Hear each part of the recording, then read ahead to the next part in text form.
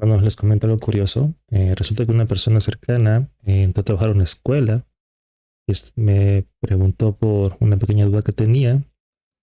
Comentó que algunos profesores, bueno, académicos, directivos, profesores, en su mayoría académicos, pero que casualmente no tenían formación ni en matemática ni en filosofía, estaban repitiendo mucho una frase de una forma muy casual. Algo así como, de acuerdo con Wittgenstein, los límites de mi lenguaje son los límites de mi mundo.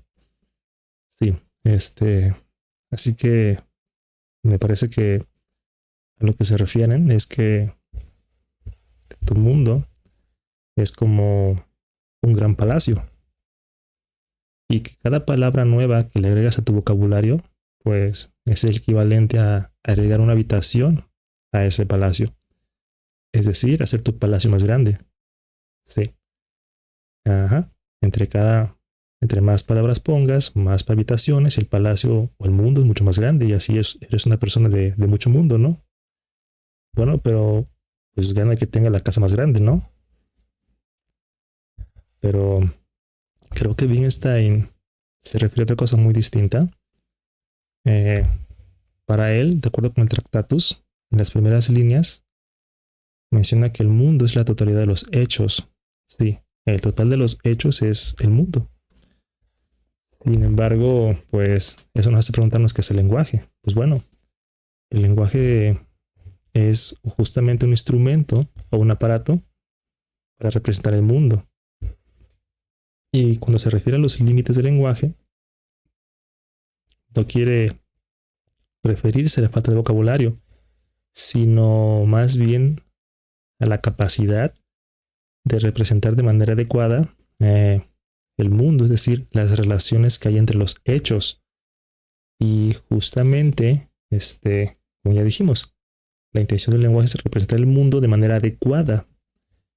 Pero si los elementos que representan al mundo, digamos que en cierto momento generan una contradicción, entonces lo estamos representando mal. A eso se refiere con los límites del lenguaje. ¿Sale? Es decir, no, independientemente de la cantidad de palabras que tenga un lenguaje, la manera en que se pueden conectar estos hechos y dar a entender las relaciones que hay de forma adecuada, pues eso es básicamente el objetivo del lenguaje, ¿no? Transmitir representación del mundo. Pero si tenemos alguna falla en este proceso, pues nuestro lenguaje es insuficiente. ¿A eso se refiere? Bueno, podemos pensar en el mundo como un terreno, ¿sí? Un terreno que no crece. Y si tu preocupación son las palabras o el lenguaje en sí, puedes pensar que el conjunto de palabras o el lenguaje funciona como una especie de sendero. Uh-huh. Un conjunto de senderos que pretenden relacionar distintos hechos, ¿vale? Aquí cada hecho es una letra. Y obviamente si son dos hechos, pues se relaciona muy fácil, ¿no? Cualquier camino es básicamente conexo y pues llegas. Pero conforme aumenta el número de hechos, pues te puedes dar cuenta que las relaciones se van haciendo cada vez más complejas, ¿cierto? Ajá. Independientemente del número de palabras que haya, pues las formas de relacionar un hecho con otro, pues se van haciendo más eh, caóticas. Sí, así es. De manera que si de un modo u otro incrementamos todavía más el número de hechos, pues puedes ver que se tiene un laberinto sumamente eh, encimado. ¿Y qué pasa con las palabras? Bueno, las palabras, el lenguaje en sí, pues puedes pensarlo como que el mismo lenguaje corre el riesgo de llevarnos a callejón sin salidas. Ajá, igual, con cada palabra, con cada proposición que se hace, corremos el riesgo de llegar a una zona donde no hay camino. ¿Sale? Y igualmente, entre más palabras agreguemos, es más probable que el laberinto se complique más. No porque le metas más caminos, quiere decir que vas a llegar a un lugar donde no se puede llegar. Bueno, eso se refiere bien está ahí con los límites del lenguaje. ¿Sale? Sí, obviamente. Bueno, aquí el laberinto se vuelve sumamente complicado. Parece Hay zonas donde no puedes pasar de un lugar a otro. Por ejemplo, de aquí como que no se puede pasar para acá. Pues eso pasa. Ajá. Entonces podemos entender que las limitaciones eh,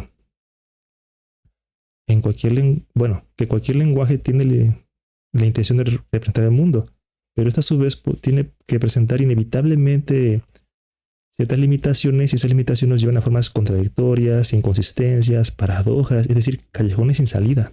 ¿Sale? Sí. Y esto es principalmente porque, como ya dijimos, la intención del lenguaje es representar el mundo y conectar esos correctamente. Lamentablemente el lenguaje muchas veces no puede hacer eso. ¿Sí? Hay momentos en que es insuficiente. Esos son los límites del lenguaje. Sí, así que límites del lenguaje no tiene que ver con que leíste el Ulises y de repente no sabías qué significa metempsicosis y vas corriendo el diccionario para aprenderte una palabra nueva. No, no, eso es muy diferente.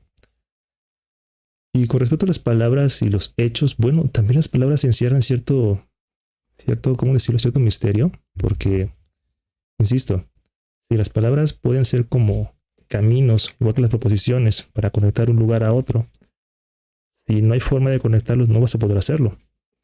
De hecho, en muchas ocasiones las palabras muestran que también representan inconsistencias en sí mismas. Por ejemplo, si te pregunto qué es lo que ves en esta imagen, puede que me respondas que es un paraguas o una sombrilla. Sin embargo, si te das cuenta en lo que la palabra representa, paraguas, parar el agua. En pocas palabras, eso es un fracaso de paraguas. No es un paraguas, no cumple con su función. Por lo tanto, no sé qué sea, pero un paraguas no es. O una sombrilla, no produce una sombrilla, una sombra como debería. Por lo tanto, no sé qué sea, pero una sombrilla no es. O sea, sí, hay ciertas ambigüedades. Y bueno, solamente para remarcar otra cosa. Estoy seguro de que habrás escuchado de repente algún otro eh, conocedor exactamente esa palabra de Wittgenstein y te dirá justamente otra frase muy común de que de lo que no se pudo hablar hay que callar. Pues no, ¿qué significa eso? Pues esta justamente es la última frase, la línea 7 de hecho, del Tractatus. Y es su conclusión final. Verás, Wittgenstein tenía la idea de crear un lenguaje perfecto sin contradicciones y para eso intentó justamente quedarse pues, con lo bueno, ¿no? Es decir, con lo que se puede comprobar. Por ejemplo, tenemos proposiciones y las proposiciones pueden dividirse en falso y verdadero, ¿cierto? Pues no. Hay proposiciones que no pertenecen a este conjunto. Por ejemplo, la proposición yo creo en Santa Claus dice que yo creo en Santa Claus. No es ni falsa ni verdadera porque ¿cómo demuestras que Santa Claus o existe o que no existe?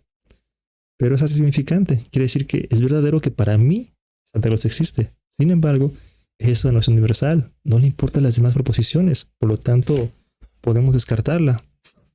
Entonces, siendo ese el caso, exactamente, ¿qué es lo que pasa?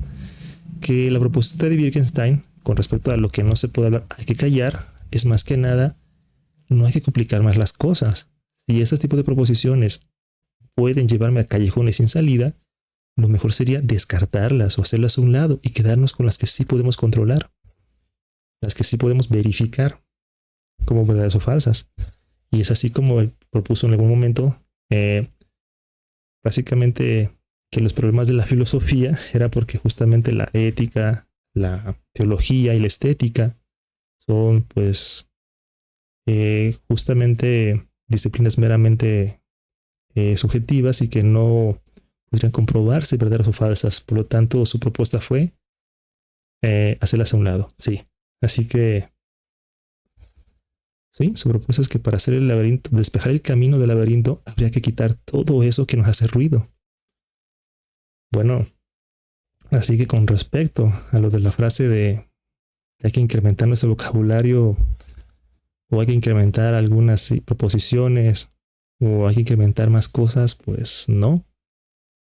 La propuesta de Wittgenstein fue justamente quitar, no poner.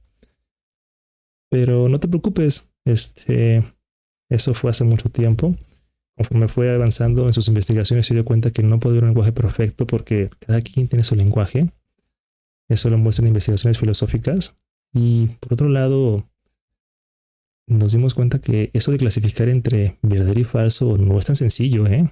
Por ejemplo, una promesa. Una promesa puede ser verdadera en el tiempo que se propone.